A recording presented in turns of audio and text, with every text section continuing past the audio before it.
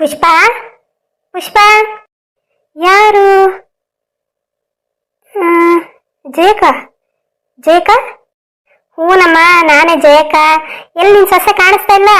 ಅಯ್ಯೋ ಅಮ್ಮುದೇವಿಯಾ, ಅದೆಲ್ಲಿ ಹೋಗೈತೋ ಏನೋ, ಬರೀ ಅವ್ರ ಮನೆ ಸುತ್ತದೆ ಅದ ಕೆಲಸ. ಹೌದಾ? ಅಲ್ಲ ಕಣಮ್ಮ, ಇವತ್ತು ಹುಣ್ಣಿಮೆ ಅಲ್ವಾ, ಅದಕ್ಕೆ ಇದಕ್ಕೋಗೋಣ ಅಂತ ಅನ್ಕೊಂಡಿದ್ದು. ಯಾವ್ದಪ್ಪ ಅದು, ಮರ್ತೇ ಹೋಯ್ತು. ಜೇನ್ಕಲ್ ಬೆಟ್ಟಕ್ಕೆ ಹೋಗೋಣ ಅಂತ ಅನ್ಕೊಂಡಿದ್ದು. ಅದಕ್ಕೆ ನಿನ್ ಸೊಸೆನ ಬತ್ತಾಳೇನೋ. ಹೋದ್ಸರಿ ನಾವು ಹೋಗಿದ್ದಾಗ ನಾನು ಕರಿಯಕ್ಕ ನಾನು ಬರ್ತೀನಿ ಅಂತ ಅಂದಿದ್ಲು. ಅದಕ್ಕೆ ಕರಿಯೋಣ ಅಂತ ಬಂದೆ. ಓಹೋ, ಜೇನ್ಕಲ್ ಬೆಟ್ಟಕ್ಕೆ ಹೋಗ್ತಿದ್ದೀರಾ? ಹೋಗ್ಬನ್ನಿ ಅಲ್ಲಿಗೆ ಹೋಗ್ಬಂದ್ರೆ ಒಳ್ಳೇದಾಯ್ತದಂತೆ. ನಾನು ಅವಾಗ ಒಂದು 4-5 ಸರಿ ಹೋಗಿ ಬಂದಿದ್ದೀನಿ. ಈಗ ನನ್ನ ಕೈಲಿ ಹಾಕ್ಲಕ್ಕನವ, ಬೆಟ್ಟ ಗಿಟ್ಟ ಎಲ್ಲ ಹತ್ತಕ್ಕೆ ಶಕ್ತಿ ಬೇಕು. ಈಗ ವಯಸ್ಸಾಗೋಯ್ತಲ್ಲ, ಆಗಲ್ಲ. ಅದಕ್ಕೆ ಕಣಮ್ಮ ನಿನ್ ಸೊಸೆ ಕರಿಯಕ್ ಬಂದೆ. ನೋಡ್ರಿ ನಿನ್ ಸೊಸೆನೇ ಇಲ್ಲ ಅಂತೀಯಲ್ಲ. ಅಯ್ಯೋ ಎಲ್ಲೋಗೋಳ ಏನೋ ಗೊತ್ತಿಲ್ಲ ಕಣವ. ಅವಳೇನ್ ಮನೆ ನಿಂತಿರ್ತಾಳ, ಆ ಕಾಲಲ್ಲಿ ಏನೋ ನಾಯಿಗೆರೆ ಇರ್ಬೇಕು. ಅದಕ್ಕೆ ಅವ್ರ ಮನೆ ಸುತ್ತಾನೇ ಇರ್ತಾಳೆ. ಅಗಳ ಬಂದೇ ಬಿಟ್ಲಲ್ಲಮ್ಮ ನಿನ್ ಸೊಸೆ. ಅಯ್ಯೋ ಇತ್ತೀತಾಗಿ ಯಾಕೋ ಕಣ್ಣೊಂಚೂರು ಮಂಜ್ ಕಂಡಂಗೆ ಕಾಣಿಸ್ತದೆ. ಅಲ್ಲ ನನ್ನ ಸೊಸೆ ಇತ್ತೀಚೆಗೆ ಬತ್ತ ಒಂದು 4 ರೌಂಡ್ ಜಾಸ್ತಿ ತಪ್ಪಾಗಿಲ್ವಾ? ಸುಮ್ಮಿರಮ್ಮ, ಹಂಗ ಅನ್ಗಿಂದಿಯಾ? ಆಮೇಲೆ ಇಟ್ಟಿಕ್ಕಲ್ಲ ನೋಡಿ. ಅಯ್ಯೋ ಅವಳು ಇಟ್ಟಿಕ್ಕಕ್ಕೆ ಏನು, ಅವಳ ಮನೆ ತಂದಿಕ್ತಾವಳ? ನನ್ನ ಗಂಡನ ಮನೆ ನನ್ನ ಮಗ ಸಂಪಾದನೆ ಮಾಡ್ತಿರೋದು. ಅಯ್ಯೋ ತಗೋ, ಏನಿರೋ ವಿಷಯ ಇದ್ದಂಗೆ ಹೇಳಿದ್ರೆ ಅದೇನೋ ಹೇಳ್ತಾರಲ್ಲ, ಎದ್ ಬಂದು ಎದೆ ಗೊದ್ದಂಗೆ ಆಯ್ತದಂತೆ. ಜಯಕ, ಇದೇನಿದು ನಮ್ಮನೆ ತಗ ಬಂದ್ ನಿಂತಿದೀಯಾ? ಲೇ ಪುಷ್ಪ, ಇವತ್ತು ಹುಣ್ಣಿಮೆ ಅಲ್ವೇನೆ, ಅದಕ್ಕೆ ಎಲ್ಲಾರು ಜೇನ್ಕಲ್ ಬೆಟ್ಟಕ್ಕೆ ಹೋಯ್ತಾ ಇದೀವಿ, ಬತ್ತೀಯಾ ಅಂತ ಕೇಳೋಣ ಅಂತ ಬಂದೆ. ಹೌದಾ? ಅಯ್ಯೋ ನನಗೆ ಗೊತ್ತೇ ಇರಲಿಲ್ಲ. ನೀನು ಬೇಗ ಹೇಳಿದ್ದು ಒಳ್ಳೇದಾಯ್ತು. ಬೇಗ ಮನೆಯೆಲ್ಲ ಸಾರಿಸಿ ವಾರ ಗೀರ ಮಾಡಿ ಮುಗಿಸ್ಬಿಟ್ಟು ನಾನು ಹೊರಡ್ತೀನಿ ಬಿಡಿ. ಎಷ್ಟು ಗಂಟೆಗೆ ಹೋಗೋಣ ಅನ್ಕೊಂಡಿದ್ದೀರಾ? ಸಂಜೆ ಒಂದು 5 ಗಂಟೆ 6 ಗಂಟೆಗೆ ಹೊರಟ್ಬಿಡೋಣ. ಅಯ್ಯೋ ಸಂಜೆ 5 ಗಂಟೆ 6 ಗಂಟೆಗ? ಅಕ್ಕ, ಇಲ್ಲಿಂದ ಹೋಗೋಕ್ಕೆ ಒಂದು 2 ಅವರ್ 3 ಅವರ್ ಹಾಕಲ್ವಾ ನಮ್ಗೆ? ಕಣೆ, 2 ಅವರ್ ಆಗತ್ತೆ. ಇಲ್ಲಿಂದ ಸೀದಾ ಬಸ್ಗೆ ಹೋಗ್ಬಿಟ್ರೆ ಬಸ್ಗಳು ಎನಿ ಟೈಮ್ ಓಡಾಡ್ತಾ ಇರ್ತವೆ. ಇವತ್ತು ಹುಣ್ಣಿಮೆ ಅಲ್ವಾ, ಇವತ್ತು ರಾತ್ರಿನೇನೆ ಪೂಜೆ. ಹಂಗಾಗಿ ಬೇಗ ರೆಡಿಯಾಗು, ಬಸ್ಗಳು ಅವೇಕರಂತೆ ಹೋಗ್ಬೋದು. ನೀನು, ನಾನು, ಸರೋಜಿ, ಪಾರಕ್ಕ ಬತ್ತಳ ಕಣೆ, ಏನೋ ಗೊತ್ತಿಲ್ಲ. ಪಾರಕ್ಕನ್ನು ಕಾಯ್ತೀನಿ. ಬಂದ್ರೆ ಪಾರಕ್ಕ, ಇನ್ನು ನಮ್ಮ ಶಾಂತಕ್ಕ ಅಂತೂ ಇಲ್ಲ. ಶಾಂತಕ್ಕನ್ನ ಸೊಸೆ ಅವಳನ್ನ ಕೇಳ್ತೀನಿ ಬತ್ತಳ ಅಂತವ. ಎಲ್ಲರೂ ಹೋಗ್ಬಿಟ್ಟು ಬರೋಣ ನಡಿ, ಒಂದು 5-6 ಜನ ಆಯ್ತೀವಿ. ಹೌದಾ? ಸರಿ ಕಣಕ, ಆಯ್ತು ಬಿಡು. ಎಲ್ಲ ಕೆಲಸ ಮುಗಿಸ್ಕೊಂಡು ಬೇಗ ರೆಡಿ ಆಯ್ತೀನಿ. ಹಂಗೆ ಮನೇಲಿ ಅಡ್ಗೆ ಮಾಡಿ ಇಟ್ಟೋಗವ ತಾಯಿ.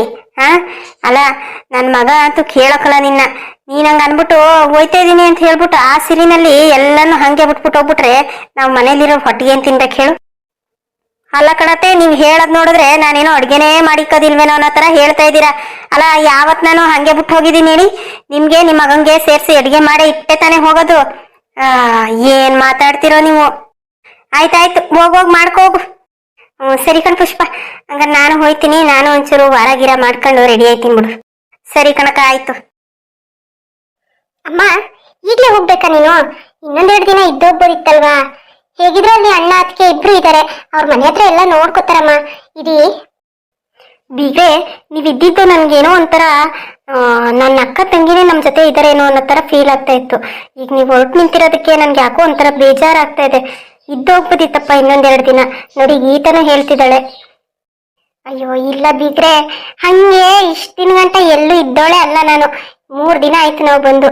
ಹೆಂಗೋ ಮಗಳು ಇಲ್ಲಿರೋದಕ್ಕೆ ನಾವು ಬೆಂಗಳೂರು ಸಿಟಿ ಅಂತ ನೋಡ್ದಂಗಾಯ್ತು. ಇಲ್ಲ ಹಂಗಿದ್ರೆ ನಾವೆಲ್ಲಿ ಬರ್ಬೇಕಿತ್ತು ಹೇಳಿ ಬೆಂಗಳೂರು ಕಡೆ. ಸರಿ ಬೀಗ್ರೆ, ಇನ್ನೊಂದ್ಸರಿ ಬರ್ತೀನಿ ಬಿಡಿ. ಇನ್ನೊಂದ್ಸರಿ ಬಂದು ಆಗೊಂದು ವಾರ ಇದ್ದು ಹೋಯ್ತೀನಿ. ಹಂಗಲ್ಲ ಬೀಗ್ರೆ, ಅಲ್ಲಿ ಹೆಂಗಿದ್ರು ಈಗ ಅಲ್ಲಿ ಯಾರು ಮಾಡೋರಿಲ್ಲ ಅಂತ ಅಂದ್ರೆ ಬೇಕಿದ್ರೆ ಹೋಗ್ಬೋದಿತ್ತು. ಅಲ್ಲೆಲ್ಲ ಮಾಡೋರಿದ್ದಾರಲ್ಲ, ಮತ್ತೆ ಯಾಕೆ ಇಷ್ಟು ಟೆನ್ಷನ್ ಮಾಡ್ಕೊಂಡು ಹೋಗ್ತಾ ಇದ್ದೀರಾ?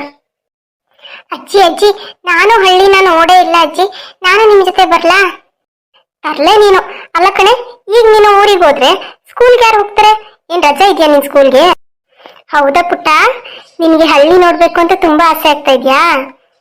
ರಜಾ ಬರುತ್ತಲ್ಲ, ಆಗ ಮಮ್ಮಿ ಕರ್ಕೊಂಡು, ಅತ್ತೆ ಮಾವ ಎಲ್ಲಾರನ್ನು ಕರ್ಕೊಂಡು, ಅಜ್ಜಿ ತಾತನ್ನು ಕರ್ಕೊಂಡು ನಮ್ಮ ಊರಿಗೆ ಬಂದ್ಬಿಡಿ ಆಯ್ತಾ?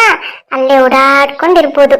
ಅಲ್ಲಿ ಹಸು ಇದೆ, ಕೋಳಿ ಇದೆ, ಮೇಕೆ ಇದೆ, ಆಮೇಲೆ ಹೊಲ ಗದ್ದೆ ತೋಟ ಎಲ್ಲ ಇದೆ.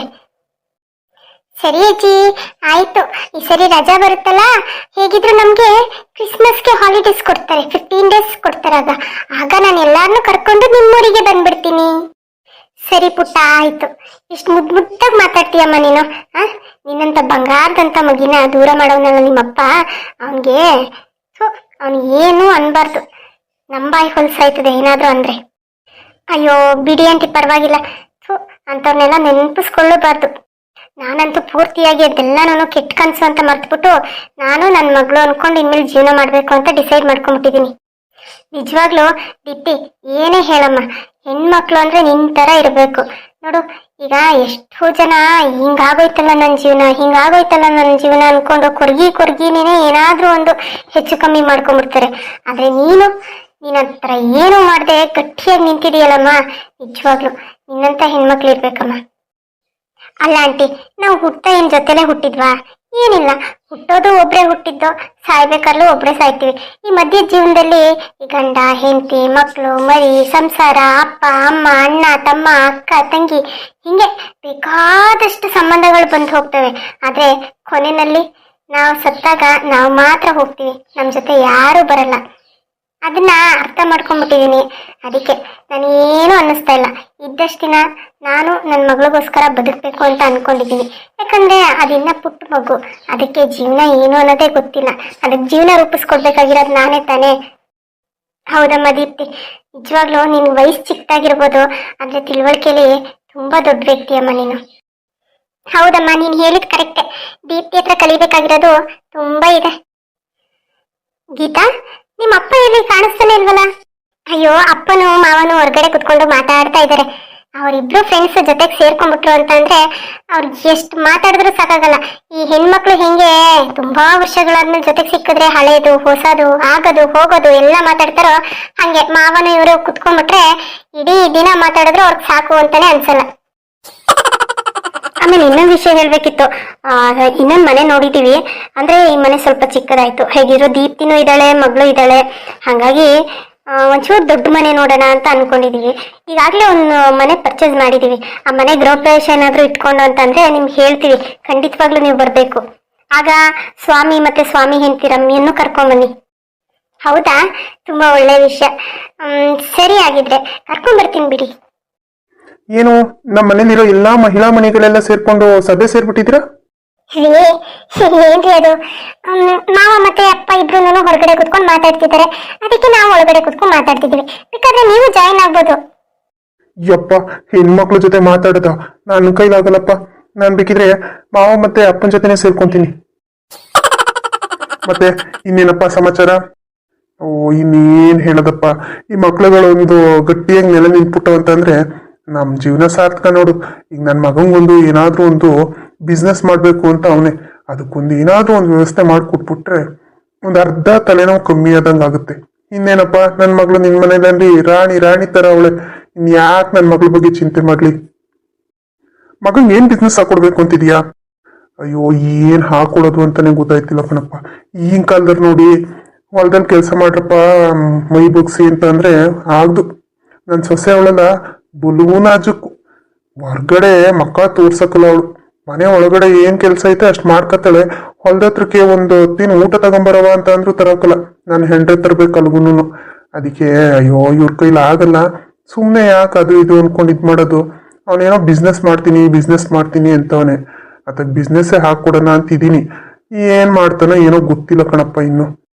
ಅಯ್ಯೋ, ಅದಕ್ಕೆ ಯಾಕೆ ಚಿಂತೆ ಮಾಡ್ತೀಯೋ? ಕೇಳೋದು ಏನ್ ಬಿಸ್ನೆಸ್ ಮಾಡ್ತಾನೆ ಅಂತ. ಬೇಕಿದ್ರೆ ದುಡ್ಡು ಕಾಸು ಸಹಾಯ ಬೇಕಂದ್ರೆ ನಾನು ಮಾಡ್ಕೊಡ್ತೀನಿ. ನೀನ್ ಯಾಕೆ ದುಡ್ಡು ಕಾಸು ಬಗ್ಗೆ ಚಿಂತೆ ಮಾಡ್ತೀಯಾ? ಅಯ್ಯೋ ಬೇಡಪ್ಪ, ನೀನು ನನಗ್ ಬಹಳಷ್ಟು ಋಣನ ತಲೆ ಮೇಲೆ ಉಡ್ಸ್ಬಿಟ್ಟಿದೀಯ. ಅದು ಮುಂದಿನ ಜನ್ಮಕ್ಕೂ ಇನ್ನ ಎತ್ಕೊಂಡು ಹೋಗ್ಬೇಕು ನಾನು. ಅಷ್ಟೊಂದು ಋಣ ನಿಂದು ನನ್ ಮೇಲೆ ಐತೆ ಅಂತದ್ರಲ್ಲಿ ಈಗ ಮತ್ತೆ ದುಡ್ಡಿನ ಸಹಾಯ ಕೇಳಲೇನೋ? ಬೇಡ ಬೇಡ ಬೇಡ, ಅವನೇ ಮಾಡ್ಕೊತಾನೆ ಬಿಡು. ಕಷ್ಟನೋ ಸುಖನೋ ನಾನು ಒಂಚೂರು ಹೊಂದಿಸ್ಕೊಡ್ತೀನಿ. ಅವ್ರಿಗೂ ಕಷ್ಟ ಸುಖದ ಬೆಲೆ ಗೊತ್ತಾಗ್ಬೇಕು. ಏನ್ ದುಡ್ಡು ಕಾಸು ಅಂತಿದಂಗೆ ಬಂದ್ಬಿಟ್ರೆ ಅವ್ರಿಗದ್ರ ಬೆಲೆನೇ ಗೊತ್ತಾಗಲ್ಲ. ನಾವು ದುಡಿಬೇಕು, ನಾವು ಸಂಪಾದನೆ ಮಾಡ್ಬೇಕು, ಮಾಡಿರೋ ಸಾಲ ತೀರಿಸ್ಬೇಕು ಅನ್ನೋ ಹಠ ಛಲ ಬಂದಾಗ್ಲೇನೆ ಒಬ್ಬ ವ್ಯಕ್ತಿ ಗಟ್ಟಿಯಾಗಿ ನಿಲ್ಲಕ್ಕಾಗೋದು. ಅದಕ್ಕೆ ನಿನ್ನ ಹತ್ರ ಹಂಗೇನಾದ್ರೂ ಸಮಸ್ಯೆ ಬಂದು ತೀರಾ ಕುತ್ತಿಗೆಗೆ ಬಂತಪ್ಪ ಅಂತ ಅಂದ್ರೆ ನಿನ್ನ ಹತ್ರ ಕೇಳ್ತೀನಿ. ಸದ್ಯಕ್ಕಂತೂ ಏನು ಬೇಡ ಕಣಪ್ಪ. ಅಯ್ಯೋ ನಿಂದೊಂಥರ ಕಷ್ಟ ಆದ್ರೆ ನಂದು ಇನ್ನೊಂಥರ ಕಷ್ಟ ನೋಡಪ್ಪ. ಏನ್ ದುಡ್ಡು ಕಾಸು ಇದ್ರೆ ಏನ್ ಪ್ರಯೋಜನ ಹೇಳು. ಈಗ ನೋಡೀಗ ನಮ್ ದೀಪ್ತಿ ಜೀವನ ಹಿಂಗಾಗೋಗ್ಬಿಟ್ಟೈತೆ. ಏನ್ ಮಾಡೋದಪ್ಪ, ಅವಳದೊಂದು ಯೋಚನೆ, ಏನ್ ಮಾಡೋದು ಅಂತಾನೆ ಗೊತ್ತಾಗ್ತಾ ಇಲ್ಲ. ಅದೆಲ್ಲಾನು ಯಾಕೆ ಯೋಚನೆ ಮಾಡಕ್ ಹೋಗ್ತೀಯ ನೀನು? ಆ ಎಷ್ಟೋ ಜನ ತಮ್ಮ ಮಕ್ಳುಗಳನ್ನೇ ಕಳ್ಕೊಂಡ್ಬಿಟ್ಟಿದ್ದಾರೆ.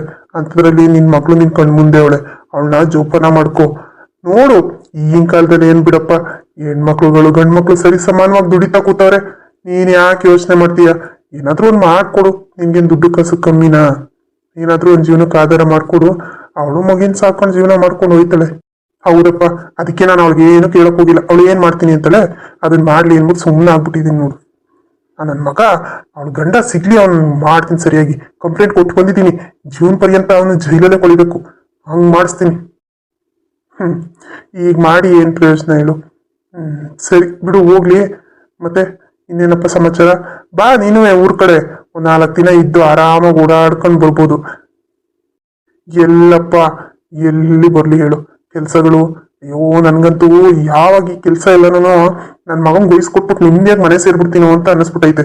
ಹೆಂಗೋ ನನ್ ಸೊಸೆ ಒಂದ್ ಮುದ್ದಾದ ಮಗುನ್ ಕೊಟ್ರೆ ಆ ಮಗುನ ಆಡ್ಸ್ಕೊಂಡ್ ಮನೇಲಿ ಕೂತ್ಕೊಬಿಡ್ತೀನಿ ನಾನು. ಎಲ್ಲ ಜವಾಬ್ದಾರಿ ಅವನೇ ತಗೊಳ್ಳಿ. ಓಹೋ, ಅಲ್ಲೆಲ್ಲ ಮಹಿಳಾ ಮಣಿಗಳು ಮೀಟಿಂಗ್ ಮಾಡಿದ್ರೆ ಇಲ್ಲಿ ನಮ್ಮ ಅಪ್ಪನ ಮಾವನ ಕುತ್ಕೊಂಡು ಚೆನ್ನಾಗಿ ಮೀಟಿಂಗ್ ಮಾಡ್ತಾವ್ರೆ. ಇವರೆಲ್ಲರ ಮಧ್ಯದಲ್ಲಿ ನಾನೇ ಪಾಪಿಯಾ? ನಾವು ನಿಮ್ ಜೊತೆಗೆ ಬರ್ಬೋದಾ?